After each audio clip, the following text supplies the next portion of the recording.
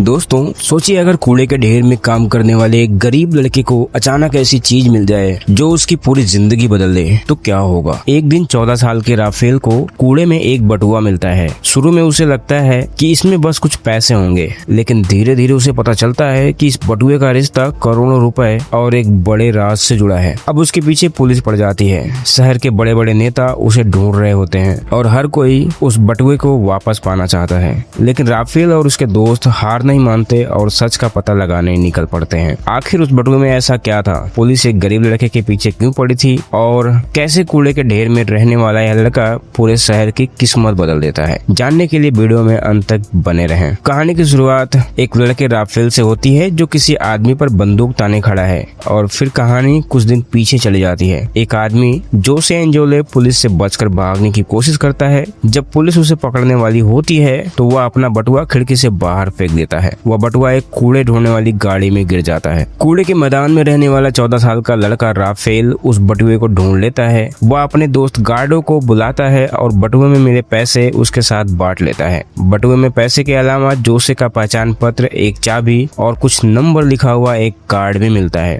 गार्डो उन पैसों से खाने के लिए चिकन खरीदता है। दोनों दोस्त नदी में नहाने जाते हैं। तभी वे देखते हैं कि कूड़े के मैदान में बहुत सारी पुलिस आई हुई है। पुलिस अधिकारी फेडरिको लोगों से पूछ रहा होता है कि किसी को एक बटुआ मिला है क्या। गार्डो पूछता है कि बटुआ मिलने पर क्या कोई इनाम मिलेगा। फेडरिको कहता है कि वह बटुआ एक बहुत बड़े अपराध का सबूत है। पुलिस अगले दिन भी खोज जारी रखने वाली होती है। रात में गार्डो कहता है कि बटुआ पुलिस को वापस दे देना चाहिए और इनाम ले लेना चाहिए, लेकिन राफेल को लगता है कि पुलिस बटुए से ज्यादा उसमें रखी चीजों को ढूंढ रही है, इसलिए वह इंतजार करने का फैसला करता है। दोनों लड़के अपने दोस्त रैट के पास जाते हैं जो नालियों में रहता है। वे बटुआ उसके पास छिपाने की सोचते हैं। तभी रैट चाबी देखकर पहचान लेता है कि यह रेलवे स्टेशन की लॉकर चाबी है। तीनों लड़के स्टेशन पहुंचते हैं। गार्डो पुलिस का ध्यान भटकाता है और राफेल व रैट लॉकर खोलते हैं। अंदर उन्हें सिर्फ एक लिफाफा मिलता है। उसमें एक चिट्ठी होती है जो जेल में बंद जुआन क्लेमेंटे नाम के आदमी के लिए लिखी गई होती है। अगले दिन पुलिस को पता चलता है कि राफेल और गार्डो काम पर नहीं आए। पुलिस को उन पर शक होने लगता है। उधर राफेल, गार्डो और रैट एक कंप्यूटर गेम खेल रहे होते हैं जिसे रैट ने बनाया है। रैट कहता है कि वह यह गेम 800 रियाल में बेच सकता है। यह सुनकर गार्डो चाहता है कि बटुआ पुलिस को देकर इनाम लिया जाए। इसी दौरान एक पुलिस वाला राफेल को पकड़ लेता है। गार्डो और रैट यह बात चर्च के पादरी फादर जुलियार्ड को बताते हैं। फादर जुलियार्ड पुलिस स्टेशन जाते हैं, लेकिन वहाँ राफेल नहीं मिलता। असल में पुलिस उसे कहीं और ले गई होती है। पुलिस राफेल से पूछती है कि उसे बटुए में क्या मिला।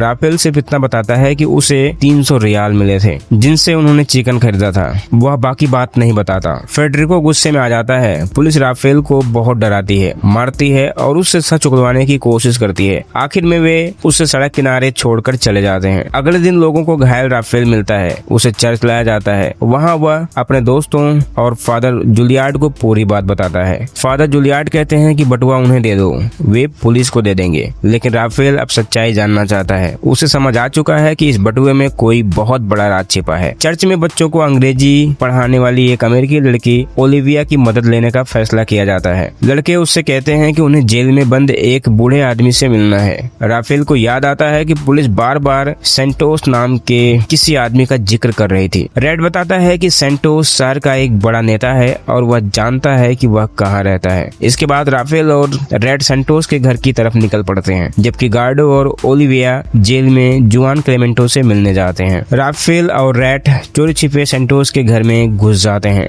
वहाँ उन्हें एक कर्मचारी मिलता है। वह उनकी मदद करता है और उन्हें नहीं पकड़वाता। उस कर्मचारी से पता चलता है कि जोसे एंजेलो पहले सेंटोस का भरोसेमंद आदमी था। एक दिन उसने सेंटोस के 10 मिलियन रियाल चुरा लिए थे। कर्मचारी बताता है कि जोसे को सेंटोस के गुप्त खजाने का पता था। उसने पैसों से भरे बैग एक खराब फ्रिज में छिपा दिए। अगले दिन वह फ्रिज को घर से बाहर ले गया और किसी को शक भी नहीं हुआ, लेकिन पैसे चुराने के साथ साथ उसने सेंटोस के भ्रष्टाचार से जुड़े इम्पोर्टेंट डॉक्यूमेंट्स भी ले लिए थे। यही डॉक्यूमेंट्स सेंटोस को सबसे ज्यादा डराते थे। उधर जेल में गार्डो और ओलिविया जुआन क्लेमेंटो से मिलते हैं। क्लेमेंटो बताते हैं कि उन्होंने भ्रष्ट नेताओं के खिलाफ लड़ाई लड़ी थी, इसलिए उन्हें जेल में डाल दिया गया। गार्डो उन्हें वह चिट्ठी सुनाता है जो लॉकर में मिली थी। चिट्ठी सुनकर क्लेमेंटो समझ जाते हैं कि जोसे ने कुछ महत्वपूर्ण सबूत छिपा कर रखे थे। क्लेमेंटे बताते हैं कि उनकी बाइबल में एक सीक्रेट मैसेज छिपा हुआ है। वह चाहते हैं कि गार्डो और ओलिविया किसी तरह वह बाइबल जेल से बाहर लाएं, लेकिन जेल का गार्ड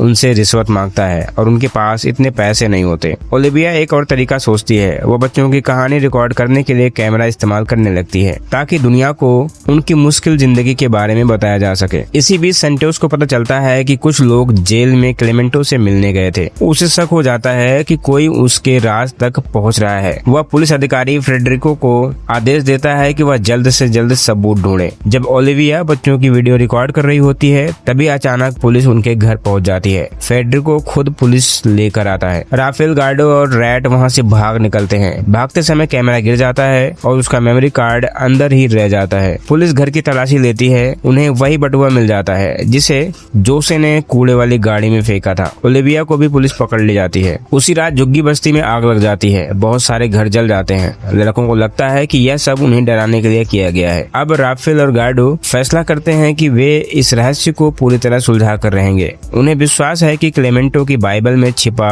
मैसेज ही सारे सवालों का जवाब देगा। रेड कुछ पैसे चुरा कर लाता है ताकि जेल के गार्ड को रिश्वत दी जा सके। आखिरकार उन्हें बाइबल मिल जाती है। बाइबल और बटुए में मिली तस्वीर के पीछे लिखे नंबरों की मदद से लड़के एक सीक्रेट मैसेज समझ लेते हैं। उस मैसेज में एक फोन नंबर छिपा होता है। जब वे उस नंबर की जांच करते हैं तो पता चलता है कि वह एक कब्रिस्तान का नंबर है। अब उन्हें यकीन हो जाता है कि जोसे ने पैसे और सबूत कहीं न कहीं उसी कब्रिस्तान में छिपाए हैं। लेकिन कब्रिस्तान बहुत बड़ा है। उन्हें नहीं पता कि सही जगह कौन सी है, इसलिए वे जोसे से जुड़ी किसी कब्र को ढूंढने का फैसला करते हैं। खोजते खोजते राफेल को एक लड़की की कब्र मिलती है जिसका संबंध जोसे के परिवार से होता है। तभी अचानक एक छोटी लड़की उनके सामने आ जाती है। उसका नाम पिया होता है। वह कई दिनों से कब्रिस्तान में छिप कर रह रही होती है। राफेल अपने दोस्तों को बुलाने दौड़ता है। तब तक पुलिस अधिकारी फ्रेडरिको, गार्डो और रेड को पकड़ चुका होता है। वह काफी समय से लड़कों का पीछा कर रहा था। फ्रेडरिको बंदूक दिखाकर राफेल से पूछता है कि पैसे और सबूत कहाँ छिपाए गए हैं। अपने दोस्तों की जान बचाने के लिए राफेल उसे वह जगह दिखा देता है जहाँ जोसे ने सामान छिपाया था। वे एक कब्र खोदते हैं। उसके अंदर एक ताबूत मिलता है। जब ताबूत खोला जाता है तो उसमें ढेर सारे पैसे और सेंटोस के भ्रष्टाचार से जुड़े डॉक्यूमेंट्स मिलते हैं। फ्रेडरिको तुरंत सेंटोस को फोन करके बताता है कि उसे सबूत मिल गए हैं, लेकिन वह झूठ बोल देता है और कहता है कि पैसे वहाँ नहीं है ताकि वह खुद पैसे रख सके। इसी दौरान पिया अपने छिपने की जगह से बाहर आती है। वह एक मूर्ति उठाकर फ्रेडरिको के सिर पर मार देती है। फ्रेडरिको गिर जाता है। मौका देखकर लड़के उस पर टूट पड़ते हैं। वे उसकी बंदूक छीन लेते हैं। राफेल बंदूक लेकर फ्रेडरिको की तरफ तान देता है। फ्रेडरिको ने राफेल को बहुत परेशान किया था, इसलिए राफेल के पास बदला लेने का मौका था, लेकिन वह गोली नहीं चलाता। वह उसकी जान बख्श देता है। इसके बाद तीनों दोस्त पैसे से भरे बैग लेकर वहाँ से भाग जाते हैं। वे एक कूड़ा ढोने वाली गाड़ी में छिप जाते हैं। सुबह वही गाड़ी उन्हें वापस कूड़े के मैदान में पहुँचा देती है। वहाँ पहुँचकर लड़के एक अनोखा फैसला लेते हैं। वे सारा पैसा अपने पास रखने के बजाय कूड़े के मैदान में रहने वाले गरीब लोगों के बीच बांट देते हैं। चारों तरफ लोग पैसे उठाने लगते हैं। रेड पैसों का एक हिस्सा फादर जूलियार्ड के पास भी छोड़ देता है। साथ ही वह सेंटोस की काली कमाई और भ्रष्टाचार का हिसाब रखने वाली डायरी भी वहाँ रख देता है। उधर ओलिविया पुलिस स्टेशन से छूटकर वापस आती है। वह लड़कों के बारे में पूछती है। फादर जूलियार्ड कहते हैं कि वे ठीक होंगे। रेड लिखना नहीं जानता था, इसलिए उसने एक कागज पर सिर्फ एक मुस्कुराता हुआ चेहरा बनाकर छोड़ देता है। इससे फादर समझ जाते हैं कि बच्चे सुरक्षित हैं। फादर को कैमरे का मेमोरी कार्ड मिल जाता है। उसमें वह वीडियो मौजूद होती है जिसमें बच्चों ने अपनी गरीबी और नेताओं द्वारा किए जा रहे अत्याचारों के बारे में बताया था। ओलिविया उस वीडियो को इंटरनेट पर अपलोड कर देती है। कुछ समय बाद यह वीडियो पूरे देश में फैल जाता है। लोगों को सच्चाई का पता चल जाता है। अब जांच शुरू होती है और एंटोनियो सेंटोस को गिरफ्तार कर लिया जाता है। इसके साथ कई दूसरे भ्रष्ट अधिकारी और नेता भी जेल भेज दिए जाते हैं। लेकिन राफेल, गार्डो और रेड कहाँ गए या किसी को नहीं पता चलता। वे पुलिस और मीडिया की नजरों से दूर रहते हैं। फिल्म के आखिरी सीन में पिया समुद्र किनारे दौड़ती हुई आती है। वहाँ राफेल, गार्डो और रेड मछली पकड़कर लौट रहे होते हैं। चारों दोस्त खुशी से मिलते हैं। अब वे आजाद होते हैं और पहले से कहीं बेहतर जीवन जी रहे होते हैं। इसी के साथ यह मूवी यहीं पर खत्म होती है। वीडियो पसंद आया हो तो लाइक करें, चैनल को सब्सक्राइब करना ना भूलें। मिलते हैं अगली वीडियो में, तब तक के लिए धन्यवाद।